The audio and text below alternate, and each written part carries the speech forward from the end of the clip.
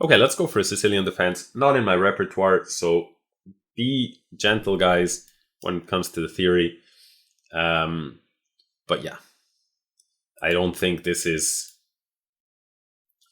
I don't feel like this should be too scary, and I'm going to respond with e5 here and knight c6. In general, putting my pawns on dark squares makes sense to me when he has played such a move as f3.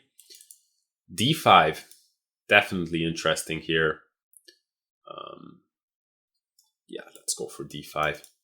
I feel like he might do something like pawn takes, knight takes, and put the bishop on b5. Or he might just take and put the bishop on c4, I guess. Yeah. Let's go queen d6. And overall, I don't think this position should be anything but a little bit better for black, because suddenly this pawn on f3, when it's not supporting e4, you just kind of feel like it'd be better off on f2. The pawn would just be better there because it wouldn't obstruct the knight. And in the meantime, black has a little bit more space in the center and the possibility to castle queenside if he wants, as well as castle kingside. So nice flexibility. The knight on c6 might go to d4. I do think I'm going to castle queenside here because I could castle kingside. I actually, maybe what I should have done is played something like this, castle kingside, and then launched the pawns up the board and launched opposite side castling. But queenside castling was nice because it defended this pawn, so it avoided any kind of hassling of my queenside like this. But maybe that's me being a little bit, overly cautious. Let's go bishop e7. And one of the possibilities, I think, in terms of a decent setup is, maybe put my pawns like this, put the bishop on f6, put the rook on e8. Maybe down the line, put the knight on d4 or put the pawn on e4, something like this. Position seems to make a lot of, this way of playing seems to make a lot of sense to me. He goes knight h3. He doesn't have any other squares for the knight, so this move doesn't surprise me. I'll just bring my rook into the game for now.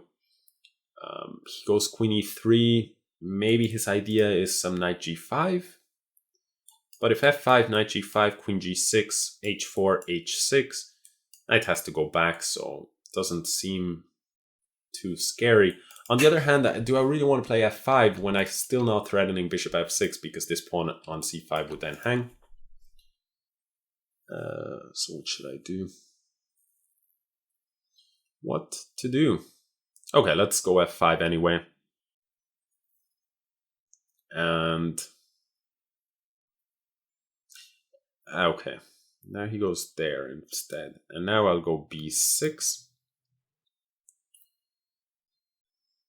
And if he goes rook e1, I'm very happy that he didn't go rook e1 immediately, because now I can actually respond with my preferred move, which is bishop f6. Whereas if he had gone first rook e1 before improving his knight, then I think I would have regretted this decision here to play f5.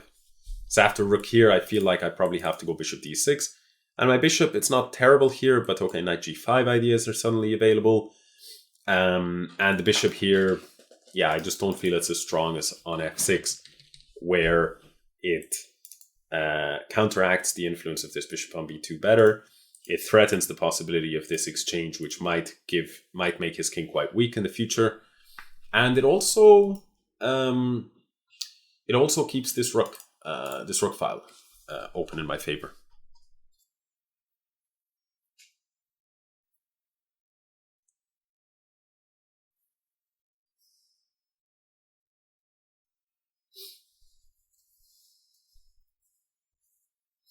So my opponent is thinking. But what about?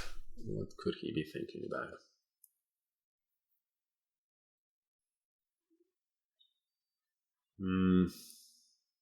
I guess maybe he's just literally thinking, what is a useful move in this position? Because he's a little bit out of ideas. Perhaps that's the reason. So he goes a3. I'm not super convinced that move is actually helping him. Maybe it even makes things worse for him. And move c4 here feels quite attractive to play. If I can exchange these guys here, then this pawn on d4 will potentially be left as quite a weak pawn. But on the other hand, apparently my opponent has left the game and I can claim victory in 70 seconds. He might be coming back. So he has come back. Yeah, so he plays b4. And the thing about this is that now with the pawn staying on c4, so his structure doesn't end up damaged as if this exchange happened or if this exchange happened. But on the other hand, the pawn on c4 controls this square, and one of the kind of big ways of playing against knights is try and restrict their forward jumps. So here, all of these squares are restricted. The only square that isn't restricted is here, but A, that's where it came from, and B, even if it gets there, this square is restricted, and this square on g5 could be restricted as well. So he goes d3. Makes a lot of sense. The pawn here basically annoys him. And so he is saying goodbye pawn. Now I could play b5 and insist on keeping the pawn here. But that does create weaknesses in my camp like c5. And also after this, he could even play the b5 move himself.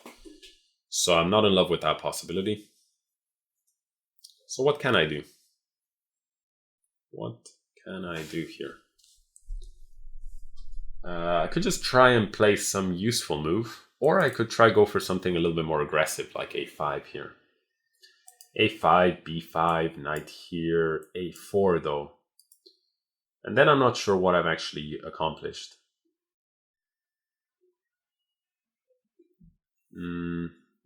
g6, I feel maybe he'll have some queen h6 stuff. Yeah, I like d3 for him actually. The more I think about it, the more I think that's a good move.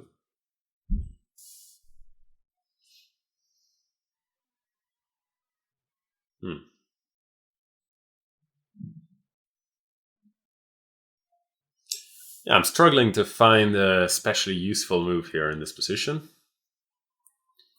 So maybe I'll just try and stabilize. But this move, it stabilizes and it destabilizes because it stabilizes f5, but it gives this square, and most of all, it destabilizes my bishop here. And h6 weakens my light squares. It makes me not so comfortable.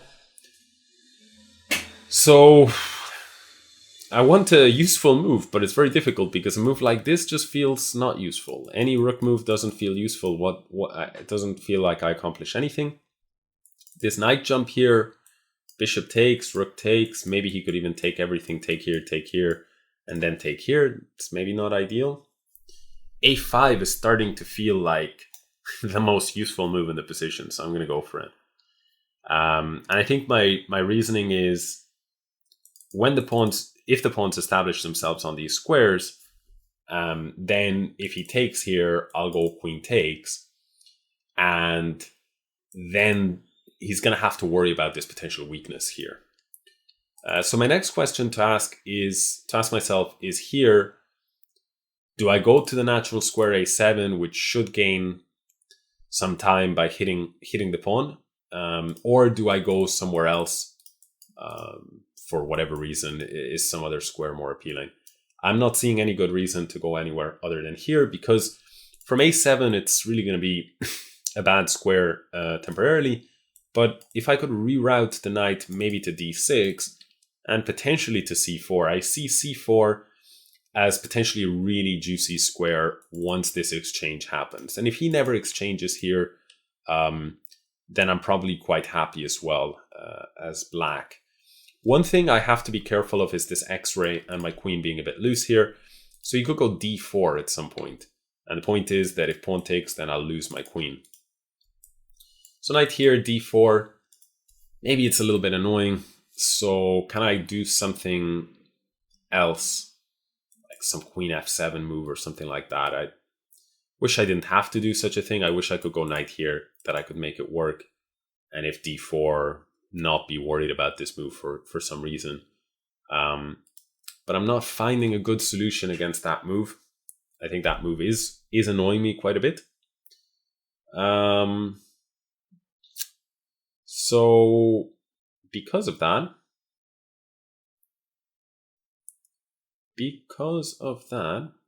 I need to find a different move. This game is not, there's no easy game tonight. Okay, so I'll take so that there's no d4 threat.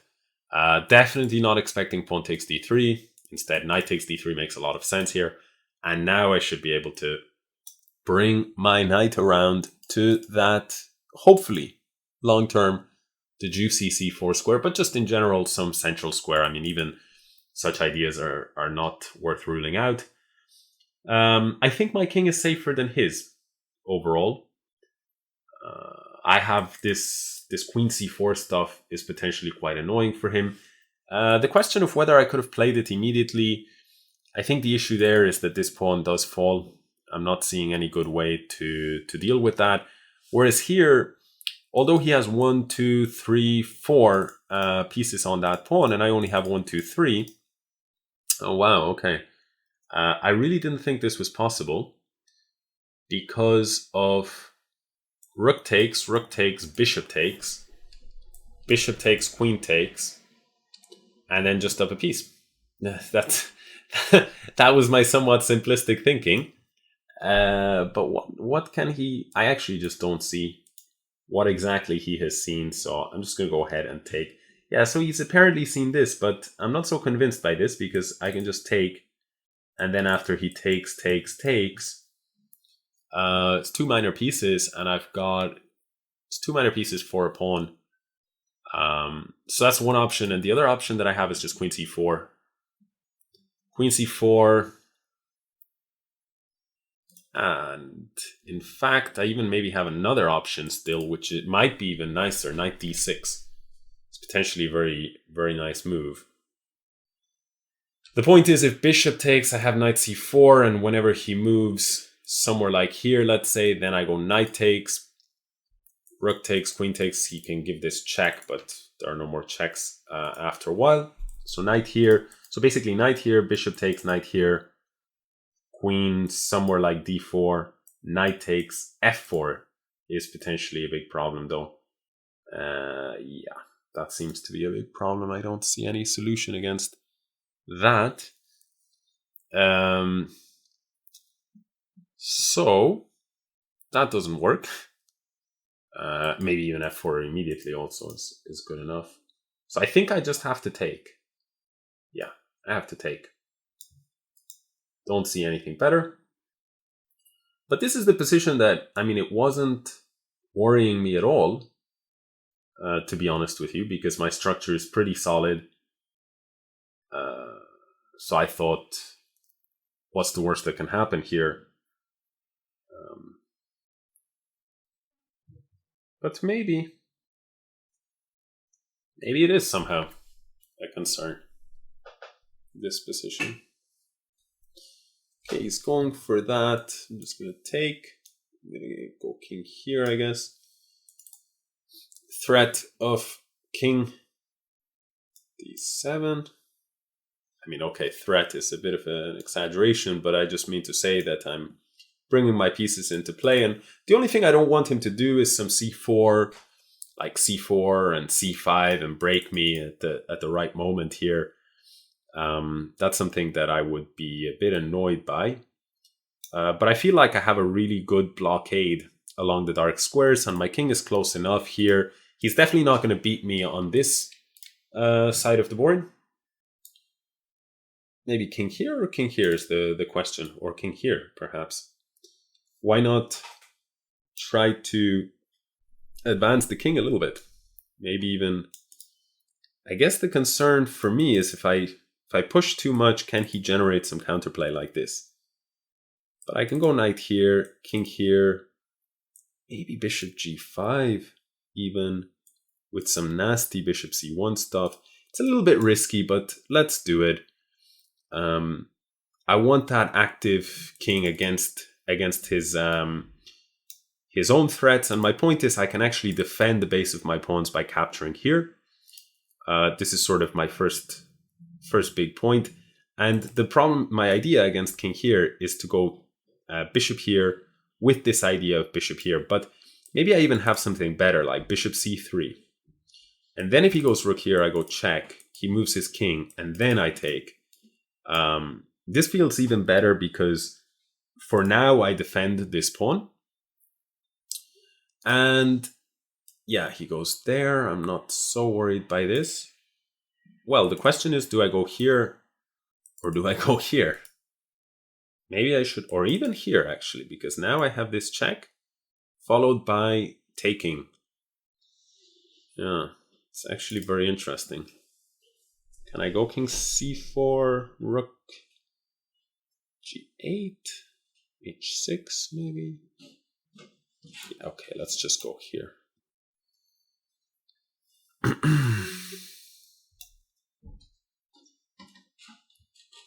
Okay, the other question is, do I have some mating nets? I don't see them.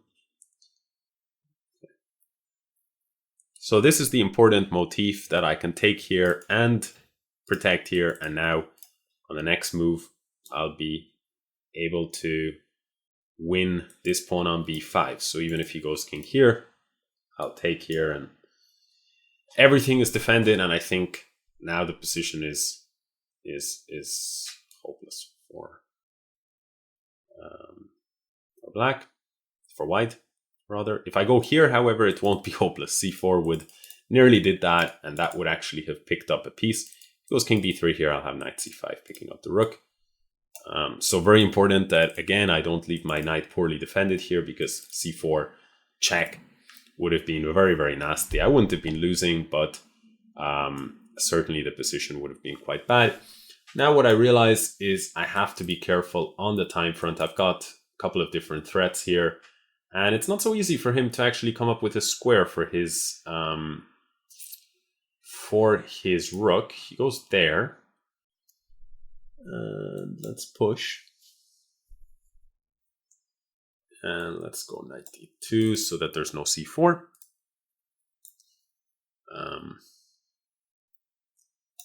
Let's go knight c4 anyway. I want to go king b4 and b5 here. King b4. If g5 I can take, because I don't want to take like this and create some h6 tricks. Now I'll go king here, and I'll go after this pawn. King b1, I'll give a check. Now I have to be careful where exactly he goes to. He goes there, then I can take. And here I can go king here, I think. Rook check, I can just block with bishop c3. Like this, I can still block with bishop c3, just to keep everything safe. And now I want to start advancing this pawn. Just need to be careful, no stalemate tricks or anything like that, of course.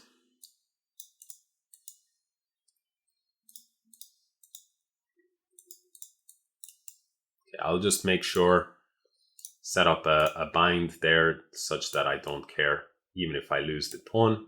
Then I lock the king in and approach with mine.